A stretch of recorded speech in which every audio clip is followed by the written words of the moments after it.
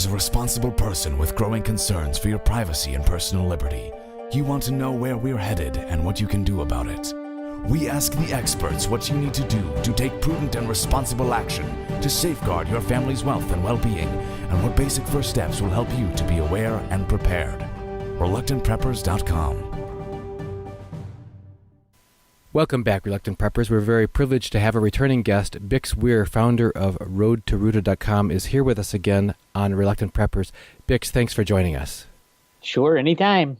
Now, we had you last shortly before the Clinton-Trump U.S. presidential election, and now it's just over 3 weeks since the election, and there's been a lot of fallout and a lot of position taking, some clarification of direction, and some that still remains a mystery. But we wanted to get you to weigh in on your take, first of all, of the election results themselves and what it reveals about the state of representative democracy in the U.S. and the freedom of elections, the voice of the people, that sort of thing. If you could give us sort of your perspective on what the election reveals about the state of democracy in America. Well, you're not going to like this answer. I don't think it reveals anything about the state of democracy. I think the vote was rigged, absolutely was rigged by both sides. You know, the question is, democracy is an interesting thing in that it allows the majority a say over the minority. We were always a republic, but a representative republic. But I get the whole idea. There hasn't been a free election since the invention of electronic voting. And that was in the 70s and 80s. So, yeah, it wasn't a free election. The question really is what's going on behind the scenes, the battle between the good guys and the bad guys. That's where, you know, if you're looking for freedom for the United States, that's where it's coming from. And the election of Trump means that the good guys had the power to stop the rigging or to rig it themselves. Obviously, if you look into who owns the electronic voting machines, that would be partners and associates of George Soros, which is not a good thing. He's knee-deep in rigging. So the fact that Trump won and he was not the candidate picked by what I call the bad guys, those people in charge of our lives, tells us a lot right there, that we really are taking out these guys. And I expect massive turbulence over the next few months and even into the beginning of next year before the change happens, the changes and the transition out of the unbacked fiat monetary system and into some sort of new monetary system. But that will only happen through a crash, and that's where we're headed. You know, you mentioned the vote rigging and the actual electronic voting, how that has enabled that. But what is the meaning of a recount in that kind of a world? People back in the days of paper ballots and that sort of thing, a recount was people could understand what that meant. But what does it mean when it's in the current era of electronic voting? That's the hysterical part. The electronic voting, recounting an electronic vote. What are you gonna run the number again? So yeah, there would be, if any recount was taken seriously. The whole idea behind the recount was to try to delay the electoral college, Trump from getting the full electoral college vote of over 270 voters. Because that is needed. The Electoral College has to vote on December 19th. And after December 19th, all those votes go to Congress, and Joe Biden, the head of the Senate, will open the votes on January 3rd, count the votes, and the president-elect will be officially a president-elect. The bad guys are trying to do is throw some doubt into that scenario. These recounts, their idea was let's try to get a recount going that would take a long time. That's why they're asking for the votes to be counted manually, even the electronically placed votes to be counted manually. But they want the recount to take a long time, so it goes past the December 19th date, thus not giving Trump enough electoral votes to win outright. He needs 270 to win outright. And if he doesn't win outright, when the votes are open on January 3rd, then the House and the Congress will both vote on who should be president, since the House and House and the Senate. And since the House and the Senate have the majority Republican, the Republicans would nominate Trump unless, you got some paid off congressman, which it might be as well. So there's a lot to go on between now and Inauguration Day on January 20th. I believe that the good guys are fully in charge of this. They're not going to let Clinton and the bad guys get away with pulling anything. It would be the worst thing. I mean, Jill Stein should be completely embarrassed and stuck in jail, if you ask me. She's trying to disrupt the system. That dynamic of a minor party candidate that got a tiny percentage of the vote coming forward and demanding a recount and saying it's in the name of integrity or something. First of all, if there is widespread or voter fraud that actually influences the direction of the output, then the outcome, then I think we should all be wanting to know what the truth is. But if you think back to where we saw this litany of individuals and organizations coming forward after the Obama election, questioning the validity, for example, of Obama's U.S. citizenship, et cetera, eligibility for U.S. president, the theme we started to hear out of the courts at that time was this or that person or organization didn't have standing. They lacked standing, meaning that they really weren't in the position to be directly a plaintiff, bringing things forward to the court. Even people who, like in the armed forces, who said, I don't know that I should be following this individual because I'm not sure that he's really a legitimate, commander-in-chief over me, that kind of thing. They said, no, you don't have standing. So how does a minor party candidate whose outcome is not going to be changed in any way conceivable have, standing to demand a recount? Well, that's part of the hysterical nature of this whole thing. Jill Stein raised $1 million in her presidential bid. She came in fourth or fifth, but she raised $1 million was her total amount raised, and for the recounts, I think she's raised like $8 to $10 million, something ridiculous.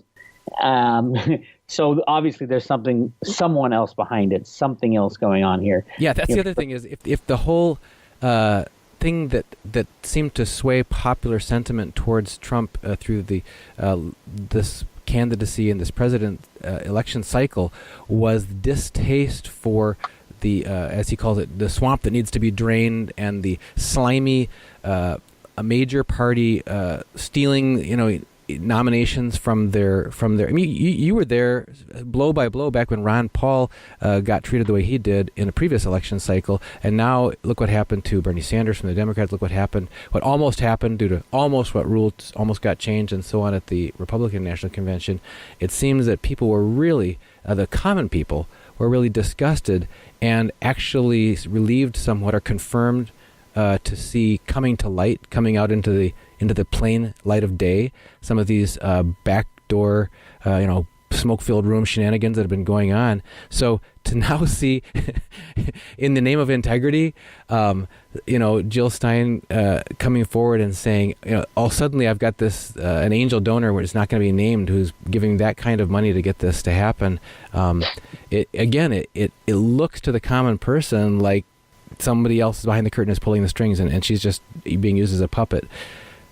Yes, that's exactly what's happening. A couple of people have thrown out, she just wants to raise a bunch of money to walk away, and that's not it. There's something going on. Because, I mean, if she is successful in stopping the process going through, if you think the Hillary Clinton people were mad about their candidate not getting the nod, imagine what the Trump supporters would do. I mean, we're talking civil war. And Jill Stein, of all people, is the one standing up and potentially throwing her hat in the ring to cause civil disruptions. People will die.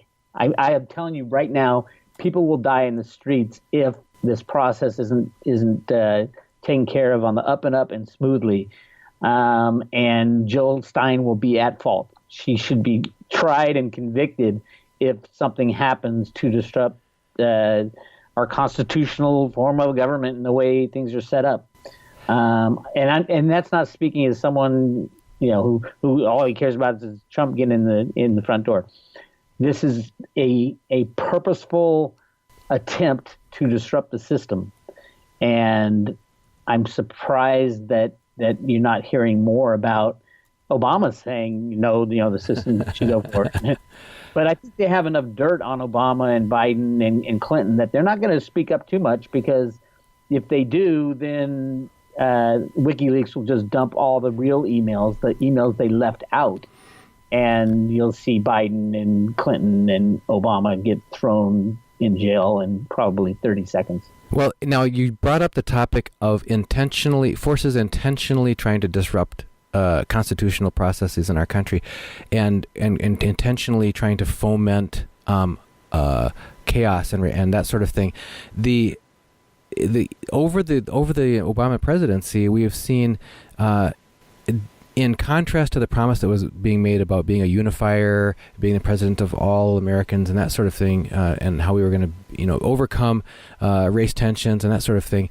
What we've seen is, some people call it race baiting. I would just at least say a very unbalanced and uncharacteristic weighing in on one side of making big national issues out of what would have otherwise been local, regional happenings, and ignoring similar things that are happening that don't fit that narrative. We've seen that in the Justice Department, zooming into different parts of the country to say we're going to come in and come in from a federal level and take over and investigate this, or we're going to actually establish support for the people who are demonstrating here, or we've seen funding coming in. Some people have said it's tied to George Soros's Open Society Foundation for either the Black Lives Matter protests or all kinds of other protests that have been happening in these events. So this Jill Stein disruption that's being created is just the most recent in a drumbeat, a series of disruptions to process that where people normally. The way that you get the news, the way that things are handled by the government, the way that things are treated in society. So, what is this? What is your personal take on this apparently concerted and intentional effort to destabilize our society? I think it's their last chance. I mean, that was the plan of Soros and the people that Soros hired to be president. Clinton and Obama. Their job was to destroy America, to take away nationalism and to destroy our borders and destroy our communities and our religion and our culture. That was the whole idea. It's not about being kind to everyone. It's about destroying national pride and destroying the country from the inside. It's long been the plan of, you go back to Marx, who talked about it in communism. That's how you destroy the United States, is you destroy it internally. And that's what was going on, and that's what was stopped, at least so far. I think there's a lot of balls in the air for Trump to get into position to make some real calls after January 20th. He's putting neocons in certain positions because he has to, or they'll probably, take him out before the 20th. So the game is still on. It's not a sure thing yet. What is a sure thing is mass chaos in between now and probably the end of the first quarter, because that's when everything's going to get shaken up. And our bubbles of the bond market bubble is the biggest bubble in the history of the second biggest bubble in the history of mankind's finances. The first biggest bubble is a derivative bubble, and that's blowing sideways in Europe as we speak. So yeah, everything is. The things were going to crash anyway. The question is when. In the basement of the Treasury is where they run the computer programs to rig the markets. When are they going to click that mouse to say, okay, remove all manipulation, and all of a sudden prices have to find fair market value, true fair market value? That's how you crush and destroy a market, and nothing will survive that. And before we leave the topic of like the political sphere, if you could weigh in, and you're already starting to frame that, but if you could, specifically looking at anticipating a Trump presidency, your view of how a Trump presidency increases and or decreases risks that people seeking preparedness need to be aware of. Well, had Trump not won, the good guys, as I call them, who do have control of the monetary system, would have crashed it as soon as Clinton got in, because that would have destroyed Clinton in there, would have destroyed America. She would have opened the borders. We'd see the same thing happening in in Germany, happening in the United States. It's happening in Germany right now, where the Germans are leaving their country. They're going to South America because all these immigrants that came in, they don't sit in like a internment camp and just wait for the next thing to happen. They're out in society, living as they lived at home. You know, they had to fight and scrape and steal and do all these bad things at home. And once they got settled in Germany, they're doing the exact same thing as if they were at home. So it is destroying the German culture, and the Germans are moving away. That's what was going to happen in America, and that's what was stopped. What was the question? I don't know. Risk increased or risk decreased by a Trump presidency looking forward? Well, risk in markets, both sides have to crash the markets. There's no doubt about it. Trump wants the markets to crash. He's said it 50 times. We're in a bubble. He would rather have it happen before he gets into office. But as soon as he gets into office, he's already said we're going to do infrastructure projects. We're going to decrease the tax for everybody. All that does is destroy the U.S. dollar and ultimately blow it up. I think that would be the slow way to do it. The fast way to do it is what's happening in Europe right now with Monte de Pesci going under, the Italian referendums not passing, and the Deutsche Bank, our favorite bank, most likely is on its last legs in December. So would that crash the banking system, the monetary system? Of course. We're talking 50 trillion of derivatives going bad. Every single bank in the world will crash, which means the fiat monetary system would crash. So yeah, we're there. They're trying to hold it together until Trump gets in, but it might happen before. It might begin to happen starting Sunday when the Italians vote on their referendum. If the referendum does not pass, then the president of Italy said he's going to resign, which throws Monte de Pesci's bailout and will restructure out the window. And then the banks sell off, and they have over $1 trillion in derivatives too. So these dominoes start cascading, and the risk is high. Does it get worse when Trump gets into office? Probably. He wants to pull the trigger, he wants to end the Fed, and he wants to crash the markets because he wants to start fresh. He wants a clean slate, and he wants to get rid of all this debt, and that's how you do it. Now, speaking of debt, that leads me right into my next question. The article came out today that the U.S. debt just this week passed the threshold of $19.9 trillion for the first time in history, and that by February of next year will pass $20 trillion in history. And they're talking about the Congress needing to set up a new debt ceiling of 20.1 at that time, but that by the end of next year we're going to be at 20.15 trillion anyway. And at what point does this just end? I mean, you talk about a crash, but what we've seen is that there is no end in sight, that the debt seems to just keep increasing without bounds and without limits. So what are some actual credible scenarios that you foresee that would actually cause that game to come to an end? Well, it ends the day we want it to end. The day that the United States no longer is the kind of kingpin, the person in charge is.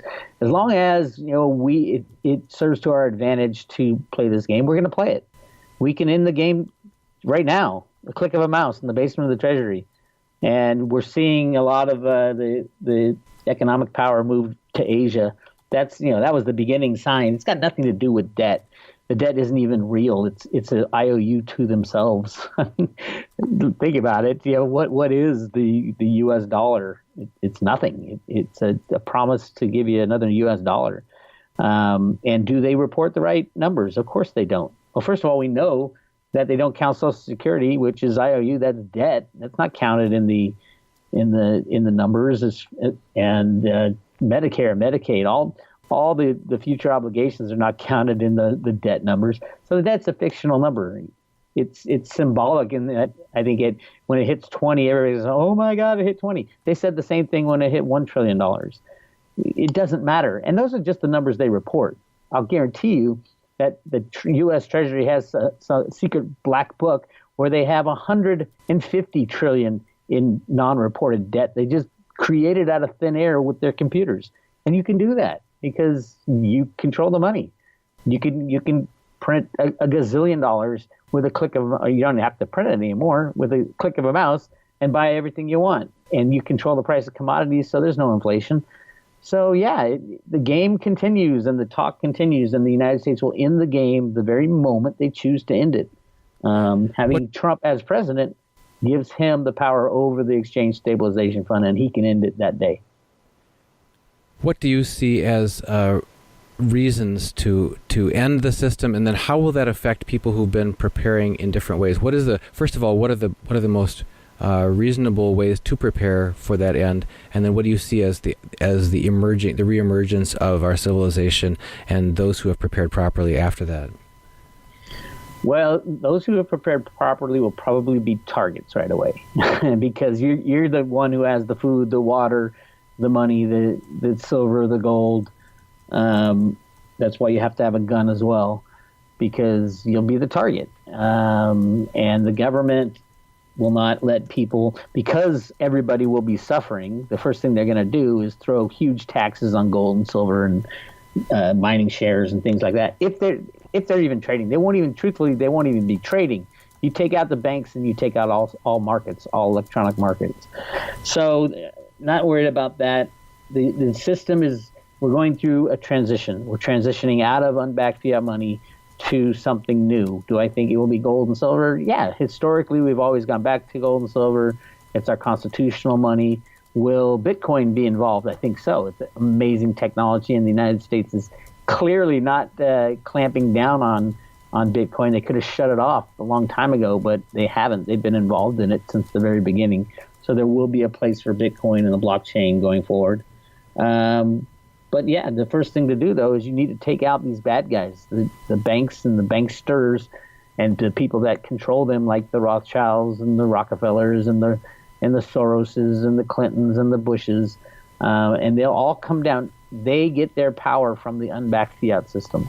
If you take that system down, they have no power, zero. So that's what we're kind of headed towards. Hopefully Trump will be in the presidential office by then, and then he can hire people he wants to hire, which I think he's half doing that now and half hiring neocons that he plans on firing as soon as he chooses. That's what he does best, is fire people and move on. So yeah, it's an exciting time. The real bad stuff is going to happen between now and probably the first quarter. Once Trump gets in, I'll give him a couple of weeks with his new Treasury Secretary Mnuchin, who is an electronic market rigger from Goldman Sachs. That was his job. He was in charge of the IT department at Goldman Sachs because he worked with Robert Rubin and Hank Paulson, who were his bosses at Goldman, and they looked at him and said, okay, we want to rig this market and this market, and he wrote the programs to rig those markets. That's why he is being put in that spot. He's going to get into the spot. He'll be there for maybe a month. The system will all fall apart. He'll be one of the first that Trump fires, and then Trump will hire someone that he believes would be a good Treasury Secretary that will head us back towards like a gold standard. So why do you see the advantage? Why would Trump be playing the game that way? Why would he be appointing someone he plans on firing? Well, if you have you have to blame someone. If the system falls apart, you got to get the blame in the right places, and the blame is going to go towards the banksters right now. Like right now, Trump can come out and say he's already said the market's in a bubble. He's already said he'd take care of, get rid of the Fed. So when this all happens, when it goes down, there will be bankers trying to save the day. And that was like Hank Paulson did in 2008 when he went to Congress with a gun and said, we need $700 billion and we need it now. Well, that is what's going to happen, except it's going to be $20 trillion. And Mr. Mnuchin is going to go to Congress, and they're going to turn to him and say no. And that's when Trump can say, good, you're fired, and I can hire someone that I want to hire. I forget the guy's name. His last name's Allison. It was a great conservative pick, and he was a libertarian guy, and everybody thought, Trump and him would be perfect. I think he's been told, you just hang on for a couple months until after the system crashes, and then we'll get you in to help, resurrect the system. You made a comment earlier about how it doesn't matter the current level of U.S. debt because we're just owed to ourselves. But isn't it the case that the U.S. people are on the hook for that money to private banks? Like this cabal of private banks that formed the Fed back in 1913, some of whom aren't even United States companies? Well, no. I mean, what do you mean on the hook? I mean, the people, Congress has the power to create money at will. And whether or not, you call the people being on the hook, under the bad guys rule, we've kind of been on the hook. But, just because a handful of people say, well, you owe us, trillions in Federal Reserve notes, well, we can go to Congress, who goes to the mint, prints one coin for 100 trillion Federal Reserve notes and hands it to them and says, okay, we're paid up, walk away. And the way history usually deals with power and wealth transfers, how would that likely play out in terms of, don't those people have incredible resources and incredible power, and wouldn't that be the start of sort of the end of all things? Well, they don't. Their power lies in the acceptance of fiat money. Without fiat money, Hillary Clinton couldn't pay any of her henchmen to run around and take care of business. She would have no power. She would have zero power. Same with the Rothschilds and George Soros. Without any money, no mercenaries would do Soros's bidding. Nobody would listen to them. Look at the amount of money that George Soros pays to these Black Lives Matter and all these social engineering type of organizations. Without money, George Soros is a fat old white man who's trying to meddle in everybody's business. But with money, he becomes this guy who can pull the strings. That's what we're getting to. We're getting to a place where fiat money goes away. It's gone. There is no more.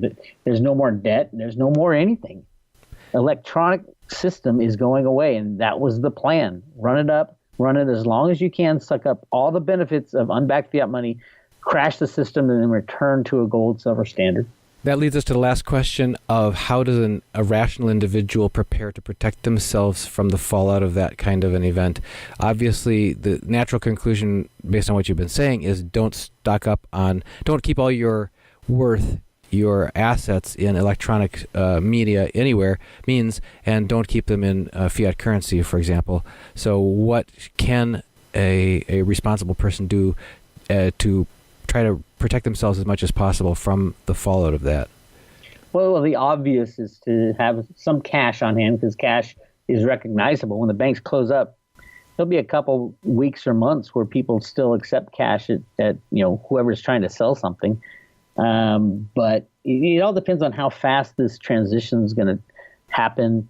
The wipeout of Alan Greenspan's plan from the 1960s and 70s in the Road to Roota work was to reallocate money according to Social Security balances. I think it's a brilliant idea, because the people who paid in for the longest and the older people have more say, and they'd have the most skin in the game would get the most, and then those who have worked the best, the longest would get a little less and a little less and a little less. That's going to be part of the plan, I think. And it's good, but even in the Road to Roota documents that came out of the Fed Boston, they said they're not sure if the people would even accept that. And that's a great idea. So this has never really been experienced before. The end of a global world unbacked fiat monetary system has never happened. And we're going to learn the hard lesson. I think it'll be great in the end, especially for the United States, because we're the largest debtor nation in the world. And the problem right now, the largest problem in the world, is that everybody's in debt. You crash the banks and there is no more debt. Debt goes away. Well, Bix, you always give us lots of thoughts to ponder, and we're grateful for you visiting us again here on Reluctant Preppers. Do you have any final thoughts for our subscribers before we let you go? I do. I'm working on a report about the latest Economist magazine. It's called The World in 2017.